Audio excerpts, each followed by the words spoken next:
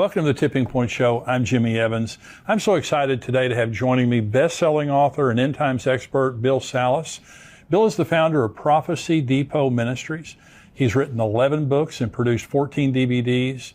He's an author and speaker I've learned a lot from over the years, and I'm very glad to have him joining me today to discuss a very important prophetic event, the Psalm 83 war. Bill, thank you for joining me today. Hey, Jimmy, it's great to be with you. Thanks for having me. Well, I've listened to you and read your books for many years, and you're a scholar and you're a researcher, and that's one of the things I appreciate about your materials. Are very well thought out, very well researched. You've written this book, Psalm 83, The Missing Prophecy Revealed. Now, we get a lot of questions about this here on the Tipping Point Show, and I just want to say right off the bat, if you're interested in the Psalm 83 war, we're going to be talking about it here today. This is a phenomenal book that gives you all the details about Psalm 83 and all the research that Bill has done. And I'm sure you can get this on Amazon.com. Bill, what is your website where people can go? Well, thank you, Jimmy. Yes, it's prophecydepot.com. Prophecy Depot, like Home Depot.com. Okay, and all of your resources are available on there? Absolutely. Yeah, we have an online bookstore and DVD store, etc. So Psalm 83, we're going to talk in detail about this passage. You believe that this is speaking of a war that has yet to take place. Is that correct? Well, I do. That's what I teach. I believe it is actually the climactic concluding war that ends the Arab-Israeli conflict. Land for Peace deals have not been working. They're not biblically endorsed. But there's a plethora of prophecies that I believe are related to Psalm 83 that talk about war, that talk about Israel defeating its surrounding enemies that share common borders with them. And all of them are listed in Psalm 83. So I do believe it's a coming war that has not found fulfillment yet. Well, Asaph, the Psalms are written by different people, but Asaph wrote Psalm 83, and you believe that's significant, right? I do, because about 3,000 years ago, Asaph was a very close friend with King David. He was King David's worship leader. Matter of fact, they probably jammed together and did praise and worship on the Sabbath, right? Yeah. And he was a worship leader, but he was also a prophet. And at a time when the Jews were living large in the land, he's the anointed King David. They were going to build their temple. The reason they were living large in the land, we find out in 1 Chronicles 18 that David had conquered Philistia, which is where the Hamas are in the Gaza. Right. They'd conquered Edom and Moab and Ammon. That's in modern-day Jordan today. We'll put a face on those modern-day equivalents today. They conquered up into Syria, and ancient Assyria. And then all of a sudden, Asaph comes out with this futuristic foretelling about the very countries and populations, territories and populations that David had just conquered, and said, by the way, they're going to form a confederacy and try to wipe the nation of Israel off the map. The name of Israel will be remembered no more. So it was very peculiar that at that time he would come out with that prophecy. Now we find out that Asaph was a prophet in 2 Chronicles 29:30. We're told that moreover King Hezekiah and the leaders commanded the Levites to sing praise to the Lord with the words of David and Asaph, the seer, that means prophet, like Ezekiel or Jeremiah. Right. Also, we're told in 1 Chronicles 25:2, the sons of Asaph are under the direction of Asaph, who prophesied according to the order of the king. So he is a prophet, and he wrote 12 Psalms, Psalm 50 through Psalm 73 through Psalm 83. The most prophetic of them is Psalm 83, and then secondarily would be Psalm 50. So I look at this as a very relative prophecy for our time, Jimmy. So what is the plot?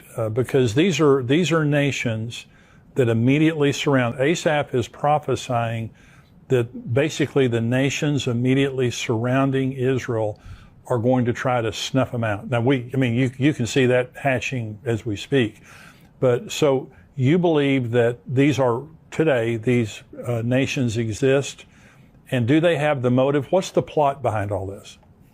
Right. Well, the Psalm, the first 5 verses lays that out for us. It says Asaph initially petitions God right off the bat in verse 1 because of what he's about to foretell is so egregious, a confrontation to wipe Israel off the map. He says to God, do not keep silent. Do not hold your peace and do not be still, O God.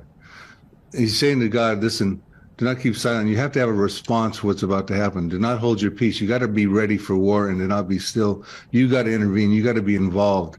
And I point out in the Psalm 83 book and other prophecies that the Lord does intervene, and he empowers the Israeli Defense Forces, who exist in fulfillment of biblical prophecy today, to wage and win the war against the Psalm 83 countries. And it goes on to say that your enemies make a tumult, and those who hate you have lifted up their head. They have taken crafty counsel against your people, that would be Israel, the Jews, and against your sheltered ones. And they have said, come and let us cut them off from being a nation, that the name of Israel may be remembered no more. For they have consulted together with one consent. They form a confederacy against you. So what Asaph is saying, that in the future, the countries we're about to reveal would come together and form a devious plan to destroy the nation of Israel, to wipe Israel off the map, and even banish Israel from the future of all history books and past, because that the name of Israel would be remembered no more. And we're going to find that this is not a chronological assortment of Israel's enemies, but a contemporary group of modern-day countries, which actually came to war against Israel in 1948, 1967, and 1973. But that did not fulfill the prophecy, because the rest of the prophecy has to be fulfilled. And that's the plot. They want to destroy Israel, and we find out in Psalm 83, verse 12, the reason they want to destroy Israel and wipe it off the map is they want to take the promised land for their possession. They want the pastures of God for their possession. Right. So that's the plot. The participants are really important to figure out, well, who is this confederacy? And we find out in Psalm 83, verses 6 to 8, who they are. And of course, he talks about them in their ancient names: Moabites, Ammonites, Edomites, gigabytes, megabytes. Although they didn't have gigabytes and megabytes back then. Right? So we had, in the Psalm 83 book, we put forward faces and maps as to who they are. But he says right in the beginning, he goes, the tents of Edom, there's 10-member population, and the tents of Edom is the lead participant. He says the Ishmaelites, that would be Saudi Arabia. I'll tell you who the tents of Edom are in just a minute, in my estimation. Okay. Moab, that'd be central Jordan. The Hagarenes, that would be Egypt. Gebal, that'd be Lebanon. Ammon, that would be northern Jordan. Amalek would be down in the Sinai. Philistia, that's where the Hamas are in the Gaza. And the inhabitants of Tyre, so he's listed two populations so far in a habitation condition: the tents of Edom and the inhabitants of Tyre. Tyre would be in Lebanon, and that's where the Hezbollah hail from right now. Assyria has joined with them, and they have helped the children of Lot. So one of the members, Assyria, is actually helping the children of Lot, which is Jordan. Moab and Ammon were the children of Lot. So they're involved and integrated into actually helping another participant in the Confederacy. But the thing that's fascinating to me is he says the tents of Edom. He starts right off the bat. So whenever you see a member listed first in a Confederacy, that's really significant. It's sort of like the star of a movie. When you see the credits at the end of the movie, the stars are listed first, then the cast and crew subsequently come rolling onto the screen. Well, he says Edom is the star of the show, so to speak. But he puts them in a habitation condition. The tents of Edom, tents represent biblically either military encampments or more prominently refugee conditions. Right. And the Edomites, as I trace through in my Psalm 83 book, have ethnical representation in the Palestinians today. Not all the Palestinians are of Edomite descent, but a majority of them are. And when we find them in a condition of refugee conditions, which happened as a result of the 1948 war, the tents of Edom became a reality when Israel came back in the land and the Arabs lost that 1948 war. And their plight is what's being bannered here, the Palestinian plight. They want a Palestinian state. They want to take the pastures of God for possession so they can have another Arab state. And of course, we see that there's our presidents and the international community is trying to broker two-state solutions, et cetera. So I think we're watching this unfold in living color in modern times, Jimmy. Well, you know, Bill, right now the United Nations had a select committee last week recommend that Israel be tried in an international criminal court at The Hague for their occupation of Palestine, Palestinian lands, beginning in 1967. This goes back to the invasion in 1967. And so this is a committee, but if the United Nations passes this and they end up going to the International Criminal Court, of course, Israel's not going to recommend whatever they do, but it could be the first step toward an invasion. So How do you see this all coming out? I mean, we know that God's going to supernaturally give the IDF the ability to protect Israel. How do you believe this thing is going to take place, and what do we see right now that's leading toward that? Well, if you want my speculative scenario about what's on my radar screen, Jimmy, I would say basically what we're going to see happen is a sequence of events, prophetic events. One thing's going to happen probably in the near future, and it's going to lead to a succession of events on the heels of that event. And my suspicion is that Israel is going to strike Iran. And if they strike Iran, that's going to create a big issue because Iran has proxies surrounding Israel, Hezbollah in Lebanon, with 150,000 missiles pointed at Israel. Some of those are precision guided, could hit within a 20-foot radius. They could hit Tel Aviv, they could take out Ben Gurion Airport. They've got a bank of targets. You got Hamas down in the Gaza, right, who says we can match Hezbollah by lobbing at least 1,000 missiles a day into Israel. You got Syria, who used chemical weapons over 300 times in their Syrian revolution with Bashar al-Assad there. Right. They could be lobbing chemical weapons into Israel. You got the Houthis down below Saudi Arabia who say they can also hit Tel Aviv with precision-guided missiles they've gotten from Iran. You got Shiite militias in Iraq. I believe that an attack on Iran would be also prophetic as well, because there's two prophecies of Iran in the end times. One of them is in Ezekiel 38. Right. Ezekiel 38:5, it's under the banner of Persia. Persia became Iran in 1935. It was renamed. But there's also a prophecy of Elam in Jeremiah chapter 49, verses 34 through 39, which I believe actually precedes, and it's probably what we're talking about here. It seems like it's a nuclear prophecy. And of course, Iran is on the fast track to get a nuclear weapon if they don't already have one. Right. They've been seizing the opportunity since Donald Trump withdrew from the JCPOA in 2018 to rapidly advance their nuclear program. And I think once they get struck, that's going to catalyze an event, and Israel's going to find itself in a prison rules war. They're going to be fighting for their life. Weapons coming, missiles coming in from all sides. Iran just recently announced they have a hypersonic missile that can get to Israel in 400 seconds. Unbelievable. That's 6.66 minutes, by the way. Wow. And they can hit the heart of Israel. And so, this is firepower that the Iron Dome can't. The Israeli defense systems are great, but they can't fend off the firepower that could be unleashed on them. And I think what happens at that point, Jimmy, is Israel lashes out and they destroy a city overnight. And I believe that would fulfill the Isaiah 17 prophecy, the destruction of Damascus. Right. Damascus will cease from being a city. It'll become a ruinous heap. We're told in Isaiah 17:1, Isaiah 17:9 says, the desolation is caused by the children of Israel. And Isaiah 17:14, concluding the prophecy, says, in the morning you see him, speaking of Damascus in the masculine pronoun, but in the evening you see him, but in the morning he is no more. This is the portion of those who rob us and those who plunder us. And I think when that happens, Jimmy, if my scenario is correct, and I support it scripturally in my teachings, I think the Arab world will go up in an uproar, because they just took out the oldest continuously inhabited city in recorded history, the capital of Syria, Damascus, and they're going to start saying in Lebanon, well, what about Beirut? Are we next? What about Amman, Jordan? Are we next? Which they are next, by the way. There's prophecies about Amman, Jordan that show Israel reducing it to rubble also. What about Cairo in Egypt? What about Mecca in Saudi Arabia? And also, I think Isaiah 17 tells us that Israel does take a hit, and Isaiah 17 verses 4 through 6. So Israel has no option but to respond militarily for the survival of the nation. And I think when the Arab uproar happens, they say to themselves, our cities could be next. Yeah. Israel's hurt right now. This would be a time to come together. We can probably come together and take out Israel right now and survive our cities and that sort of thing. And I think that would then lead to Psalm 83. So it's a succession of events, probably starting with Iran's nuclear program, Jeremiah 49, the Elam prophecy, probably leading to a proxy war where Damascus gets taken out as a city, probably leading to the Psalm 83 final Arab-Israeli conflict. And that would conclude the Arab-Israeli conflict. Well, what you're saying, I totally agree with every word of what you just said.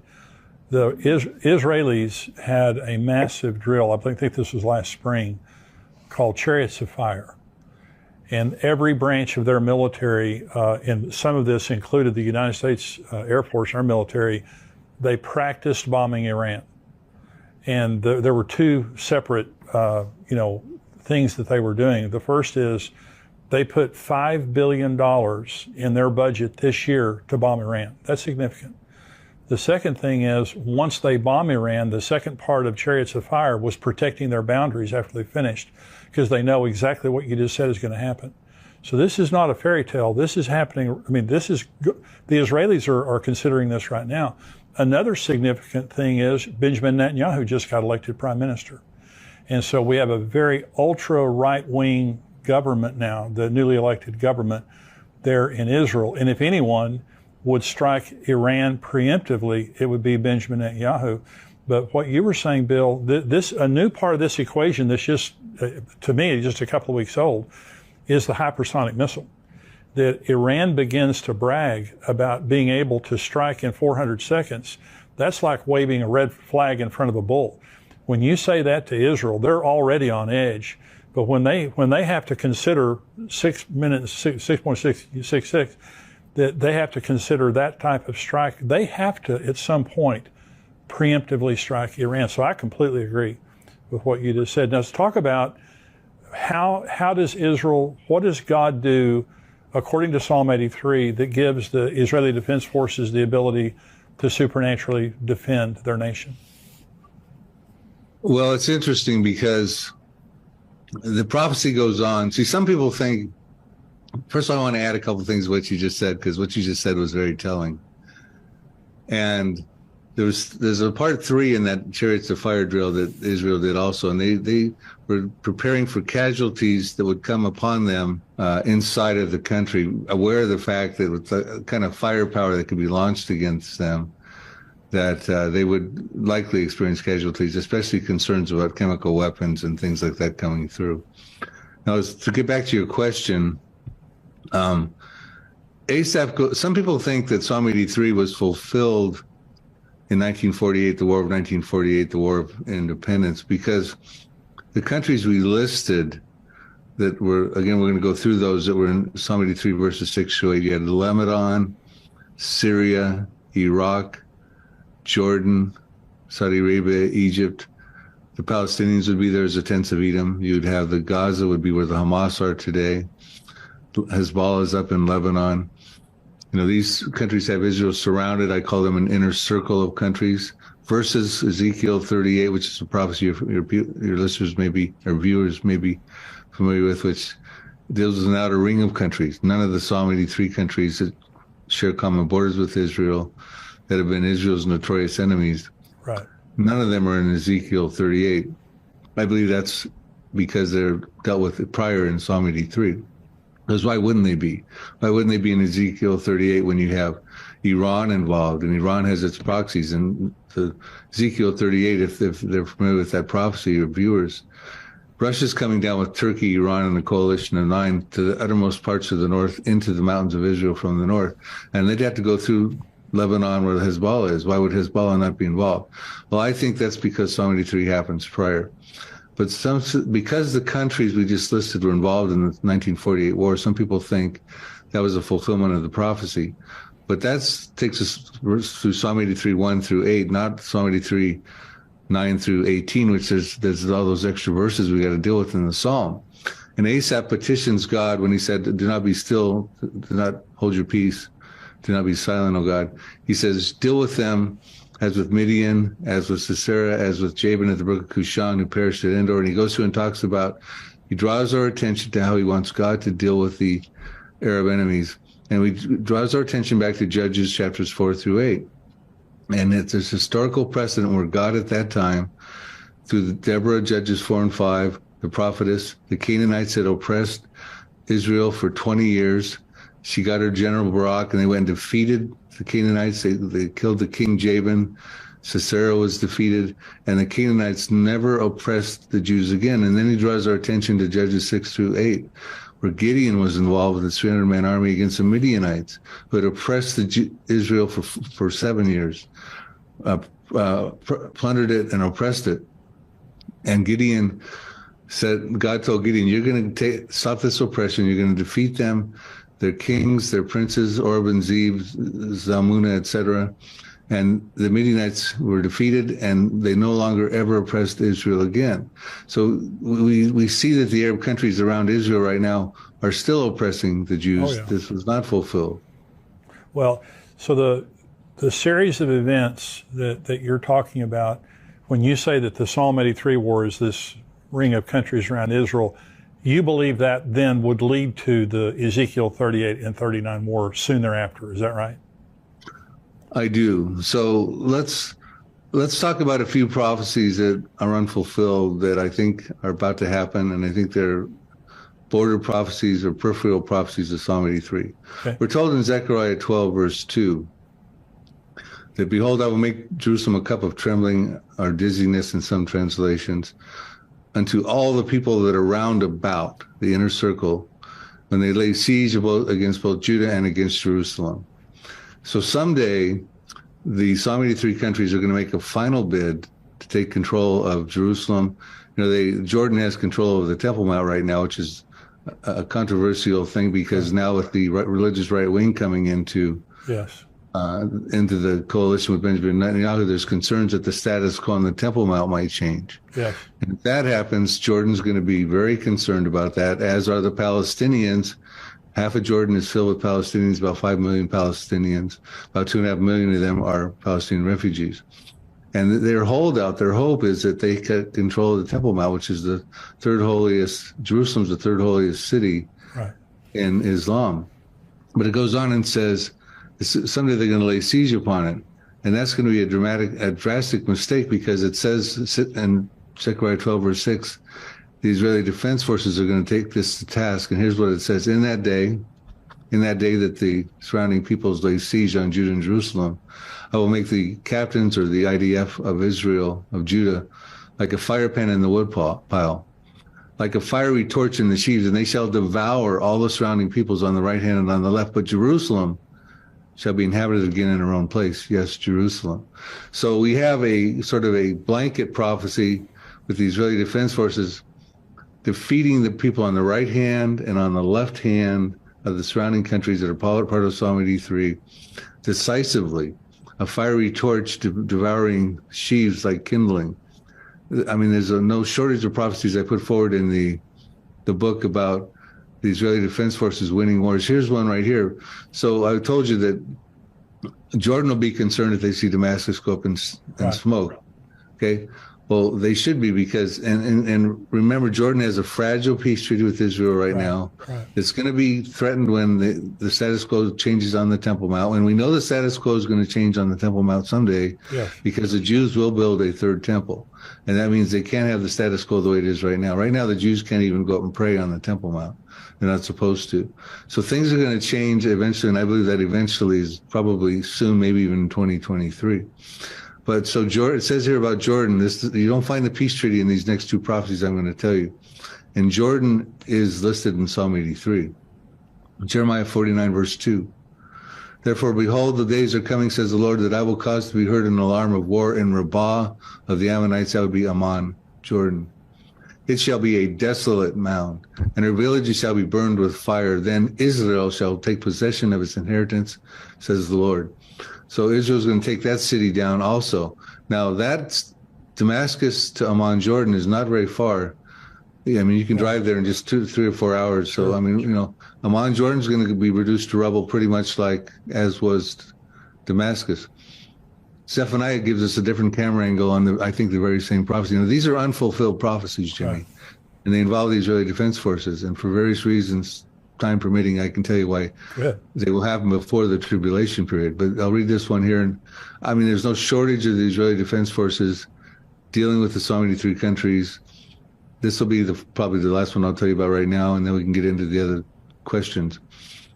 Zephaniah 2, verses 8 through 9. I have heard the reproach of Moab, that's central Jordan, and the insults of the people of Ammon, that's northern Jordan, which they have reproached against my people and made arrogant threats against their borders. But the residue of my people shall plunder them, and the remnant of my people shall possess them. So what's going to happen is there's going to be a war. Israel's going to start annexing territory. They're going to take over. I can show you all the different scriptures. They're going to take over, in my estimation, all of Jordan. Wow. And when Israel wins wars, they have a history of annexing territory. Joshua did it 3,300 years ago in the land of Canaan. King David and King Solomon did it 3,000 years ago. Israel did it in the 1967 war. They feel it's part of the promised land. It increases the defensibility of their borders. And when countries win wars, they often take over territory.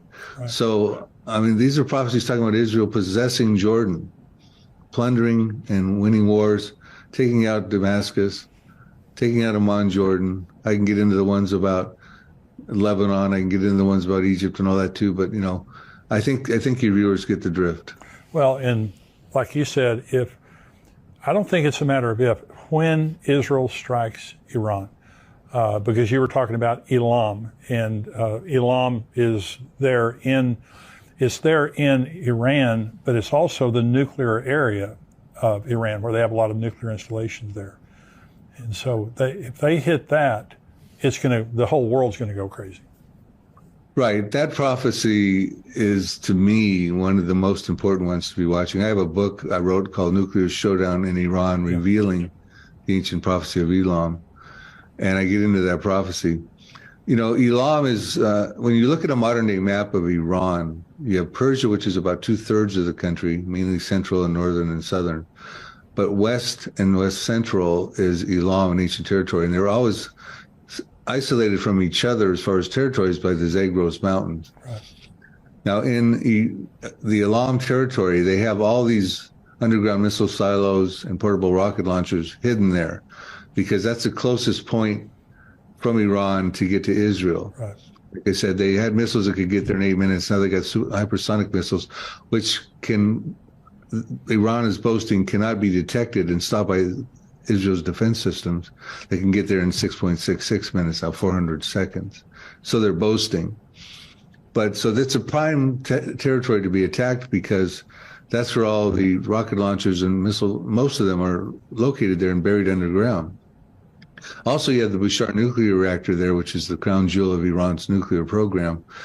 That is Bushehr 1. It's right in the Elam territory. It's a nuclear disaster waiting to happen. It's built on 3 tectonic plates. Wow. And they've had earthquakes there. There's concerns about that. The Arabs across the Gulf, who are rich in oil but are poor in water, they have 2/3 of the world's desalination plants over there in the GCC countries of Kuwait, Oman, Bahrain, UAE, Saudi Arabia, Qatar.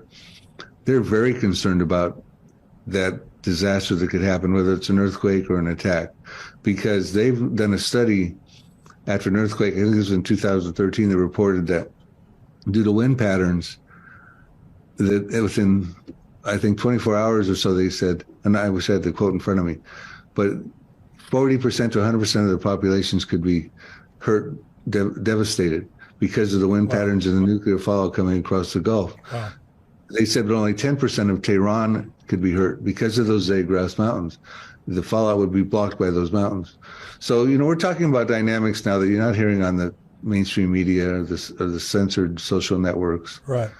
This is a biblical narrative and prophetic perspective. Well, it's fascinating. Now, you believe that the Psalm 83 war is pre-tribulation, right? I do. And so let's talk about the Antichrist for just a minute, because the Antichrist is going to take the world stage then after the Psalm 83 war, and I also believe after Ezekiel 38 and 39. I believe those pretty much coincide. So the Antichrist is going to take opportunity, kind of like after the Holocaust, and the world has sympathy for Israel. Do you think that's what's going to happen after God takes the glory for this? I do, and I concur with you. I think there's sound reasons, especially with Psalm 83 and also with Ezekiel 38, to make them both pre-tribulation. I think there's sound reasons to sequence them Psalm 83 first, which enables Israel to dwell securely, tear down the walls that they have on the borders around them. They've got walls to the north with Lebanon. They got a partition wall that's 400 plus miles in the middle of Israel that separates Palestinian terror from Israel proper. They got walls down around the Gaza. They got walls around Egypt separating. They got walls separating Jordan. And Ezekiel 38 talks about a time when Israel dwelt securely in the midst of the land without walls, bars, nor gates, and received a great plunder and booty, because that's what Russia comes after. And I don't think that Israel exists just yet, but it can exist when the people round about Israel that are going to lay siege upon Judah and Jerusalem are defeated. And so I see Psalm 83 happening, and I can explain why both of these prophecies, but especially Psalm 83, which involves the Israeli Defense Forces. Ezekiel 38 does not involve the Israeli Defense Forces. That's right. God stops that supernaturally with an earthquake. The enemies who speak foreign languages will start killing each other. They'll panic. There'll be fire, great hailstones, flooding rains. Right. And God takes the glory for that. And it says in Ezekiel 39:7, after that happens, I will make my holy name known in the midst of my people Israel. They shall not profane my holy name anymore. The nation shall know I am the Lord, the Holy One in Israel, which required two things. He said, my people Israel. Okay, well, that means the Jews couldn't have been destroyed in the Holocaust. They had to be brought back into the land. Right. And that means the Psalm 83 Arabs can't destroy them also, because God has plans to make his holy name known through his people Israel. And they will say that the Holy One in Israel, meaning there had to be a land of Israel. The Arabs can't be successful in Psalm 83 and take the pastures of God. Now, when it says the nation shall know I am the Lord, I think it's to be quite certain that the world is going to go, that was the God of the Jews. Now, that doesn't mean that they come to a salvation knowledge. Yeah. It would be nice if everyone in the world and all the Jews jumped on the Jesus train, but I don't believe that's what's being said there. God is saying, look, and I think the timing is critical. Before the tribulation, before the Antichrist comes on the scene, God's saying, look, I'm the God who upholds the Abrahamic covenant. I'm the God who keeps his promises to the believers in Jesus Christ. Now you can choose me now, and look what I've just did. I've defended my Abrahamic covenant. I've kept my people Israel in the land. I've kept the promised land intact. I've stood behind it. My covenant to Abraham 4,000 years ago, because pretty soon you can have on the nearby horizon a guy coming on, a charismatic world leader who's going to force you to worship him. So I want you guys to have the clear, clean choice now before that happens. Also, the other reason I don't think the church is here necessarily for Ezekiel 38 is because 3 times in Ezekiel 38, God calls the Jews my people Israel. Really not a place for the church in that prophecy, so to speak. The Israeli Defense Forces winning wars against the Arabs, there's a timing sequence we can figure out on that, because they're not going to be fighting in the tribulation period. We've already ruled out they're not fighting Ezekiel 38, which could be just before the tribulation period. But they're not going to be fighting the tribulation period, because if you break the tribulation period down into its 2 compartments, you have a first half of 3.5 years, you have a second half of 3.5 years. And the first half, 3.5 years, Israel's feeling like they're living at peace because they've been involved in a covenant. It's a false covenant. It's a pseudo peace, because it's going to be broken in the mid part of the tribulation. But they're not going to be fighting wars against Arabs at that point. They're feeling like they're dwelling at peace. They got their temple built. They're doing sacrifices and offerings, and they're not going to be waging wars against the Arabs. As a matter of fact, they can't even stop the Antichrist at the mid part of the tribulation, right in the middle there, from going into the temple and stopping the sacrifices and offerings in fulfillment of Daniel 9:27. So then even Jesus said in Matthew 24, verses 15 through 19, when you see the Antichrist, when you see the abomination of desolation being set up in the temple, which we just talked about happens in the mid part of the tribulation when the Antichrist goes in and desecrates the temple, he says, flee for your lives, because he knows in Zechariah 13:8, 2/3 of the Jews in the land will be cut off and killed, because the Antichrist at that point is going to come out of the temple and commit a genocidal campaign against the Jewish people. So the Jews are going to be fleeing for their lives in the second half. If anything, they're going to pick up a weapon on their way out and use it, not burn it for fuel or convert it to energy. Because, and they certainly won't be fighting Arabs at that point either. Right. The wars with the IDF, and there's numerous ones, in fulfillment of Bible prophecy, I put those before the tribulation for those very purposes. I think that makes perfect sense. Bill, I want to thank you for joining me today. Now, let me say again, your book, Psalm 83. Now, Bill has lots of end times books. Psalm 83, The Missing Prophecy Revealed, And there's so much in this book, and you've hit the highlights here. Anything else you want to add to that, Bill? I just recently completed a Here to Eternity series, which goes from the now prophecies that could happen at the present time to the next prophecies that have some minor preconditions, to the last prophecies which happen in the first half of the tribulation, to the final prophecies which happen in the second half of the tribulation, to the millennium and the New Jerusalem. So we now have materials available through books and DVDs, a series that can take the reader from now on and through the tribulation on into forever.